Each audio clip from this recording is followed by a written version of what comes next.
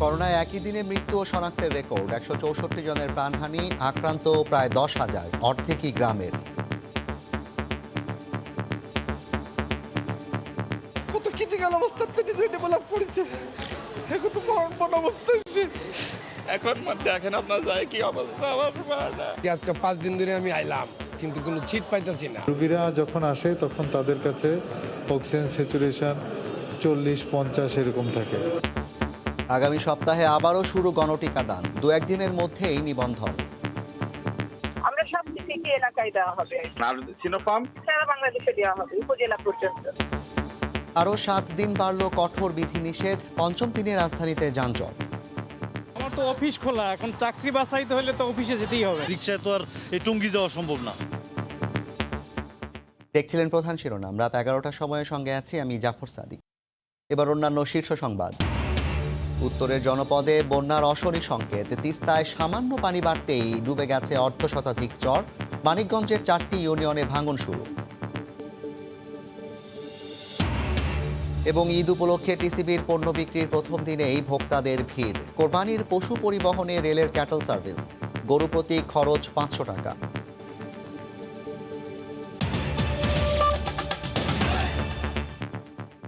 দেশে করোনায় মৃত্যু ও শনাক্তের নতুন রেকর্ড হয়েছে।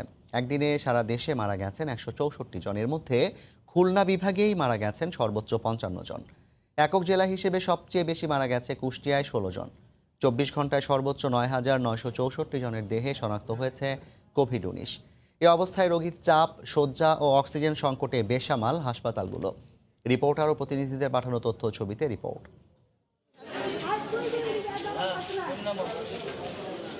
তৈরি হচ্ছে করোনার নতুন নতুন হটস্পট। খুলনা, রাজশাহী ও রংপুর বিভাগ ছাড়িয়ে করোনার থাবা এখন ময়মনসিংহ ও বরিশাল বিভাগেও। আতঙ্ক আর অনিশ্চয়তায় হাসপাতালে ভর্তি রোগীরা। 24 ঘন্টায় সর্বোচ্চ মৃত্যু খুলনা বিভাগে 55 জন। এছাড়া চট্টগ্রাম বিভাগে 18 জন, রাজশাহী বিভাগে 16 জন, রংপুর বিভাগে 16 জন, বরিশাল বিভাগে 9 জন ও সিলেট বিভাগে 8 জন মারা গেছেন। খুলনা বিভাগে 55 জন ও জেলায় 10 জন মারা গেছেন। 24 ঘন্টায় 655টি অ্যান্টিজেন পরীক্ষায় 239 জন শনাক্ত হয়েছেন। হার 36.5%। কষ্ট পজিটিভ যেখানে নিচ্ছে সেখানেও ট্রিটমেন্ট রেজাল্ট দায়িত্ব ছিল, ট্রিটমেন্ট করেনি। 12টার পরে আর কোনো সিলিন্ডার ঢোকে না, তাহলে মানুষজন 2টার মানুষজন 3টার মানুষজন সকালে মানুষজন কি করবে? সীমান্তবর্তী জেলা হটস্পট কুষ্টিয়ায় করোনায় সর্বোচ্চ 16 জন মারা গেছেন। 24 ঘন্টায় 987টি নমুনা পরীক্ষায় শনাক্ত 292 জন। হার 29.5%। রাজশাহী বিভাগে 16 জন ও জেলায় 1 জন মারা গেছেন। আর এ জেলায় 24 ঘন্টায় 901টি নমুনা পরীক্ষায় 280 জন শনাক্ত হয়েছেন। হার 31%। ময়মনসিংহ বিভাগে করোনায় মারা গেছেন 2 জন। আর জেলায় 24 ঘন্টায় 707টি নমুনা পরীক্ষায় শনাক্ত 210 জন। 5 দিন ধরে আমি আইলাম, কিন্তু কোনো সিট পাইতেছি না। গতকালকে আমার রোগী ভর্তি করছে, এই পর্যন্ত এখানে ডাক্তার ঢুকে নাই। 24 ঘন্টায় দেশের সর্বোচ্চ শনাক্ত নতুন হটস্পট বরিশালে 48.3%। 325টি নমুনা পরীক্ষায় শনাক্ত 157 জন। বরিশাল বিভাগে 9 জন ও জেলায় 3 জন করোনায় মারা গেছেন। লজিস্টিক সব সাপোর্টেই আমাদের এখানে অপত্তল, কারণ এটা করোনা ডিজাইন হসপিটাল নয়, এটা একটা নির্মাণাধীন বিল্ডিং ছিল। এছাড়া 24 ঘন্টায় করোনায় বগুড়ায় 7 জন, ঝিনাইদহে 7 জন, টাঙ্গাইলে 6 জন, যশোরে 6 জন, চুয়াডাঙ্গায় 3 জন, দিনাজপুরে 4 জন, মেহেরপুরে 6 জন ও ঠাকুরগাঁওয়ে 3 জন মারা গেছেন। আহসানুল করিম, সময় সংবাদ। টিকা নিয়ে স্বস্তির খবর দিল স্বাস্থ্য অধিদপ্তর। কাল পরশুর মধ্যেই শুরু হবে নতুন করে গণরেজিস্ট্রেশন, আর টিকাদান শুরু হবে আগামী সপ্তাহে। এদিকে গ্রামেও ভয়াবহ আকারে করোনা ছড়িয়ে পড়েছে জানিয়ে স্বাস্থ্য অধিদপ্তরের মহাপরিচালক জানান, টিকা নিবন্ধনের জন্য এবার সর্বনিম্ন বয়স নির্ধারণ করা হয়েছে 35। করোনা সংক্রমণ আর মৃত্যু প্রতিদিনই রেকর্ড ছাড়াচ্ছে। প্রথমে শহরভিত্তিক হলেও এখন জেলায় জেলায় ছড়িয়ে পড়েছে কোভিড-19। করোনার ভারতীয় ভ্যারিয়েন্ট হানা দিয়েছে প্রত্যন্ত গ্রামেও। অথচ করোনার এই ঊর্ধ্বগতির সময়ে দেশে বন্ধ রয়েছে গণটিকাদান। ভ্যাকসিন সংকটে গত এপ্রিলের শেষ দিকে বন্ধ হয়ে যায় নিবন্ধন কার্যক্রম। তবে এ সপ্তাহে যুক্তরাষ্ট্র ও চীন থেকে 45 লাখ টিকা আসায় 2.5 মাস পর আগামী সপ্তাহে শুরু হতে যাচ্ছে ফের গণটিকাদান। সোমবার সন্ধ্যায় স্বাস্থ্য অধিদপ্তর জানায়, মডার্নার টিকা দেওয়া হবে শহর এলাকায়, আর সিনোফার্মার টিকা পাবেন জেলা উপজেলার বাসিন্দারা। 2-1 দিনের মধ্যেই শুরু হবে রেজিস্ট্রেশন। আমরা সব সিটি প্রতিটি এলাকায় দেওয়া হবে। আর সিনোফার্ম সারা বাংলাদেশে দেওয়া হবে উপজেলা পর্যন্ত। রেজিস্ট্রেশন যে কোনো দিন শুরু হবে, আজকে কালকে যে কোনো দিন ওপেন করতে পারে। যত তাড়াতাড়ি সম্ভব আমরা এটা চালু করে দিব। এদিকে স্বাস্থ্য অধিদপ্তরের মহাপরিচালক জানালেন, বর্তমানে আক্রান্তদের 50%ই গ্রামের, তাই গণটিকা দানের ক্ষেত্রে বয়সসীমা আরও 5 বছর কমিয়ে 35 নির্ধারণ করা হয়েছে। আমাদের 40 পর্যন্ত ছিল, এটা 35 পর্যন্ত নামিয়ে আনার একটা সিদ্ধান্ত হয়েছে। আর আগে যারা নিবন্ধন করেছেন তারা আগে টিকা পাবেন, এভাবেই আমরা ঠিক করেছি। আর এর মধ্যে যুক্ত হয়েছে বিশ্ববিদ্যালয়ের ছাত্রছাত্রীরা, তারা পাচ্ছেন। আরও কিছু প্রফেশনাল লোকজন যাদের পাওয়ার দরকার, যাদের এসেনশিয়াল সার্ভিস। দেশে সংক্রমণের ঊর্ধ্বগতি বিবেচনায় এবারের কোরবানির পশুর হাট পুরোপুরি ডিজিটাল করার পরামর্শ স্বাস্থ্য অধিদপ্তরের। মাহমুদ রাকিব, সময় সংবাদ, ঢাকা। করোনায় মৃত্যু ও সংক্রমণ বাড়তে থাকায় সরকারি বেসরকারি অফিস বন্ধ রেখে চলমান বিধিনিষেধ আরও 7 দিন বাড়ানো হয়েছে। তবে কঠোর লকডাউনের 5ম দিনে অনেকটাই আগের চেহারায় রাজধানী। সড়কে গাড়ির সংখ্যা বাড়ায় কোথাও কোথাও তৈরি হয়েছে যানজট। মোড়ে মোড়ে চেকপোস্ট, আইনশৃঙ্খলা রক্ষা বাহিনীর টহল থাকলেও ঠেকানো যাচ্ছে না মানুষের অহেতুক চলাফেরা। যেন আটক, মামলা আর জরিমানার তোয়াক্কাই করছেন না কেউ।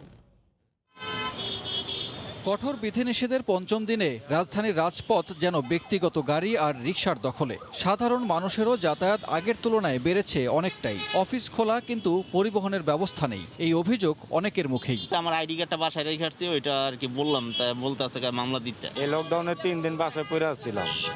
কোন অফিস থেকে ফোন এসে আপনার অফিস খোলা, আপনি অফিসে আসেন না কেন? আমার তো অফিস খোলা, এখন চাকরি বাছাইতে হলে তো অফিসে যেতেই হবে। রামপুরা থেকে টঙ্গী যেতে হয় প্রত্যেক দিন, কিন্তু আমি তো গাড়ি পাওয়া খুব মুশকিল, তাই না? রিক্সায় তো আর এই টঙ্গী যাওয়া সম্ভব না। রাজধানীতে ঢোকার মুখে ও বিভিন্ন মোড়ে চেকপোস্ট বসিয়ে চলছে নজরদারি। রয়েছে আইন শৃঙ্খলা রক্ষা বাহিনীর টহলও। যথাযথ কারণ দেখাতে পারলে ছেড়ে দেওয়া হচ্ছে, অন্যথায় আটক, জরিমানা, মামলাও হচ্ছে। তারপরও ঠেকানো যাচ্ছে না অহেতুক আনাগোনা। আজকে ভেহিকল মুভমেন্টটা আসলে অনেক বেশি। আমরা সকাল থেকেই আসলে এখানে চেকপোস্ট করতেছি এবং গাড়িগুলো আমাদের ঘুরাইতে হচ্ছে, আমরা হিমশিম খাচ্ছি।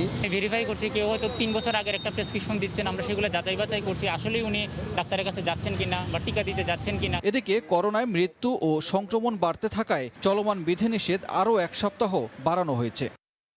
এই সংক্রমণটাকে রোধ করার জন্য আরো 1 সপ্তাহ এটা বর্ধিত করা হচ্ছে। যে পরিকল্পনাটা হচ্ছে আপনার করোনা এই সংক্রমণকে নিয়ন্ত্রণ করা।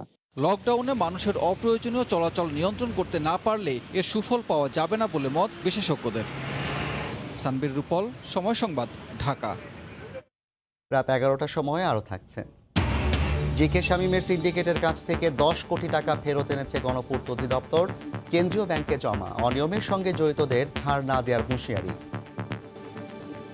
স্বরাষ্ট্রমন্ত্রী আসাদুজ্জামান খান কামালের সঙ্গে বৈঠক করেছেন হেফাজতে ইসলামের আমির জুনায়েদ বাবুনগরী। রাত 8টার পর স্বরাষ্ট্রমন্ত্রীর ধানমন্ডির বাসায় যান বাবুনগরী। এ সময় তার সঙ্গে সংগঠনের মহাসচিব নুরুল ইসলাম জিহাদি সহ অন্য নেতারা ছিলেন। রাত 10:30টার দিকে তারা বাসা থেকে বের হয়ে যান, তবে বৈঠকের বিষয়ে কেউ কোনো কথা বলেননি। এর আগে গত 4 মে স্বরাষ্ট্রমন্ত্রীর সঙ্গে বৈঠক করেন হেফাজত নেতারা। গত মার্চে দেশব্যাপী ব্যাপক সহিংসতা চালায় হেফাজত। এরপরই তাদের বিরুদ্ধে কঠোর অবস্থান নেয় সরকার। সংগঠনের সাবেক যুগ্ম মহাসচিব মামুনুল হক সহ অর্ধশত নেতাকে গ্রেফতার করা হয়। এক পর্যায়ে হেফাজতের কমিটি বিলুপ্ত ঘোষণা করে নতুন কমিটি গঠন করা হয়। তিস্তায় সামান্য পানি বাড়তেই ডুবে গেছে অর্ধশতাধিক চর ও দ্বীপচরের শত শত ঘরবাড়ি। পানিবন্দী হয়ে পড়েছে 2000 পরিবার। সরকারের পক্ষ থেকে বরাদ্দ দেওয়া হলেও এখনও ত্রাণ পৌঁছায়নি ভুক্তভোগীদের হাতে। শাকিল মাহমুদের ক্যামেরায় রতন সরকারের রিপোর্ট। বন্যা আসার আগেই এ নিয়ে 2 দফায় ডুবেছে চর শঙ্করদহ, কিসামতের চরসহ তিস্তাপাড়ের অর্ধশতাধিক চর, দ্বীপচরের হাজারো মানুষ। একে তো করোনার অভিশাপ, তার উপর থেকে থেকে পানিবন্দী জীবন গ্রামের মানুষের কাছে দুর্বিষহ হয়ে উঠেছে। হাড়িতে টান পড়েছে সরকারি বা বেসরকারি ত্রাণ নিয়ে কেউই এগিয়ে আসেনি। পানিবন্দী হয়ে আছি, বাসার থেকে বাইরে হতে পারতেছি না। করোনা ভাইরাসে অনেক জিনিসের দাম বাড়া, কিন্তু কামাইও নাই, কিন্তু কিনতে পারছি না আমরা। খাওয়া দাওয়া সম্পূর্ণ বন্ধ হয়ে গেছে। এখন সরকার আমার বিধি কোনো চোখ দিতেছে না। সরকার দেশে লকডাউন, তার থেকে নদী দেশে ফিরে আমাদের আরও লকডাউন। লক্ষ্মীটারি ইউনিয়নের জনপ্রতিনিধি জানালেন তার 3টি মৌজায় ১,৫০০ পরিবারের ১১,০০০ মানুষ পানিবন্দী। লকডাউনে মানুষ তাদের কাজকর্ম নাই, তারা কোথাও যেতেও পারতেছে না, খেতেও মানে এমন অবস্থা তাদের, মানে তারা চলাফেরা যে করে খাবে তারও তো অবস্থা নাই। এদিকে আপাতত বেশি মাত্রায় পানি বাড়ার শঙ্কা না থাকলেও বর্তমান পরিস্থিতি বেশ কিছুদিন স্থায়ী হবে বলে জানিয়েছে পানি উন্নয়ন বোর্ড। যেসব জায়গা ভাঙছে আমরা জরুরি ভিত্তিতে ওগুলো মেরামত করছি। আমাদের প্রত্যেকটা ডিভিশনে পর্যাপ্ত বস্তা আছে, সুতরাং যে ধরনের বন্যা আসুক না কেন আমরা মোকাবেলা করার জন্য সবসময় প্রস্তুত আছি। উপজেলা ত্রাণ দপ্তরের হিসেব অনুযায়ী গঙ্গাচড়া উপজেলায় পানিবন্দী পরিবারের সংখ্যা ২,০০০। ইতিমধ্যে ১৬ মেট্রিক টন চাল বরাদ্দ দেওয়া হলেও ছাড় দেওয়া হয়েছে ৬ মেট্রিক টন। রতন সরকার, সময় সংবাদ, রংপুর। যমুনার পানি বাড়ার সঙ্গে সঙ্গে মানিকগঞ্জের দৌলতপুর উপজেলার 4টি ইউনিয়নে ভাঙন শুরু হয়েছে। এরই মধ্যে নদী গর্ভে গেছে ফসলি জমি ও বাড়িঘর। আতঙ্কে দিন কাটছে নদী পাড়ের মানুষের। প্রতি বছর নদী ভাঙন হলেও কোনো স্থায়ী সমাধান নেই বলে অভিযোগ স্থানীয়দের। মানিকগঞ্জ থেকে মোহাম্মদ ইউসুফ আলীর তথ্য ছবি নিয়ে রিপোর্ট। দৌলতপুর উপজেলার জিয়নপুর, বাঁচামারা, বাগুটিয়া ও চরকাটারি ইউনিয়নের যমুনা তীরবর্তী এলাকাগুলোতে ভাঙন দেখা দিয়েছে। ভাঙনের মাত্রা বেশি জিয়নপুর ইউনিয়নের আবুডাঙ্গা, বোনা, আমতলি ও পংতীরছা এলাকায়। ভাঙন আতঙ্কে রয়েছেন নদী পাড়ের মানুষ। উপজেলার ৫০০ মিটার এলাকায় পানি উন্নয়ন বোর্ড আপৎকালীন ব্যবস্থা নিলেও প্রায় ১৫০০ মিটার এলাকা রয়েছে বেশি ঝুঁকিতে। আমার ৩ ভাগি জমি আছিল, তার 2 ভাগি ভেঙে গেছে। এখন আমার তো কিছু নাই। প্রতি বছরে আসলে আসলে কেউ তো এটা রক্ষা করে না। বাড়িটা গাঙ্গের মধ্যে পড়ে গেছে। ক্ষেত খোলা, তিল ধান যা ছিল সবই চলে যাইতেছে নদীতে। আমার সরকারের কাছে আর কিছু নেই, এই নদীটা ভাঙ্গর আমরা একটু রক্ষা চাই। এবার থেকে 3বার ভাঙছে, কোন জামো অসহায় মানুষ আর কোনো ঠিকানা নাই, এই জন্য রাস্তাঘাটে থাকতে হইব। প্রতি বছর এই এলাকায় ভাঙন হলেও ক্ষতিগ্রস্তদের জন্য কোনো বরাদ্দ আসে না বলে জানান স্থানীয় জনপ্রতিনিধিরা। এই মুহূর্তে আমরা সরকারের কাছ থেকে আমরা কোনো কিছুই যাদের বাড়ি নদীতে ভাঙছে তাদেরকে দিতে পারি নাই।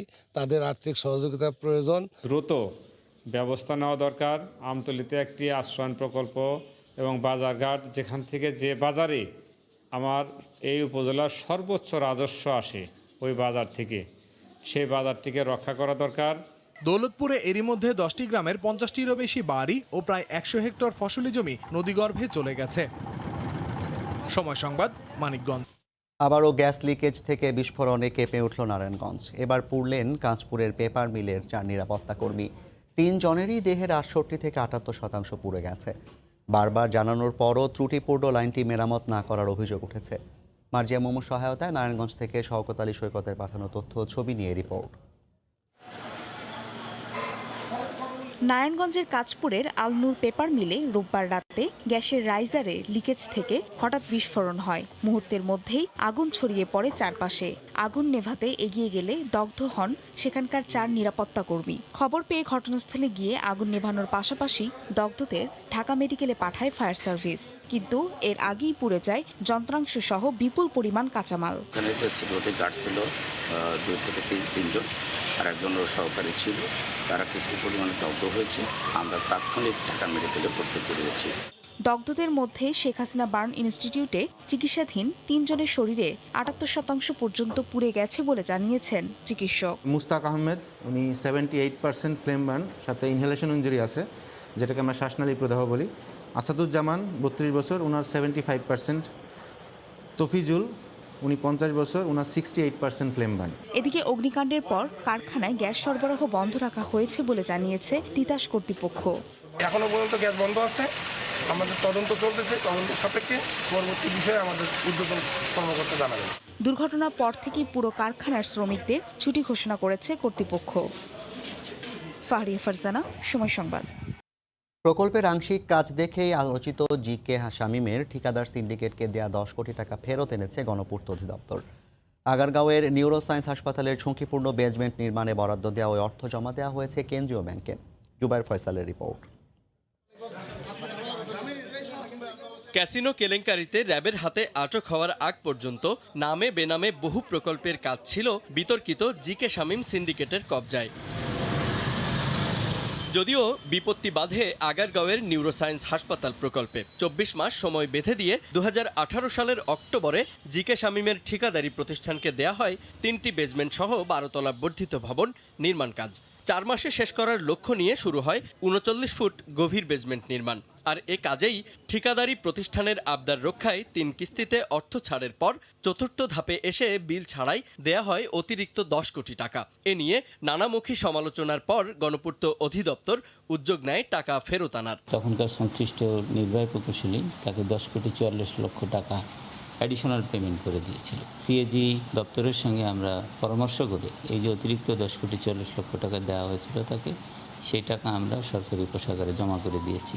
এই অনিয়মে জড়িত কর্মকর্তারাও রেহাই পাবে না এমন হুঁশিয়ারি দিয়ে প্রধান প্রকৌশলীর দাবি শুরু হয়েছে শুদ্ধি অভিযান। যদিও অর্থনীতিবিদরা বলছেন আইন প্রয়োগে ঢিলেমির কারণেই এমন অনিয়ম। আমাদের অনেক সময় অনেক রুলস আছে, কিন্তু ইমপ্লিমেন্টেশন আমরা ঠিকমতো দেখতে পাই না। এবং যদি কেউ ব্রেক করে তার জন্য যদি শাস্তি আপনি না দেন, তাহলে অন্যরা কিন্তু সেখান থেকে কোনো লেসন লার্ন নিতে পারবেন।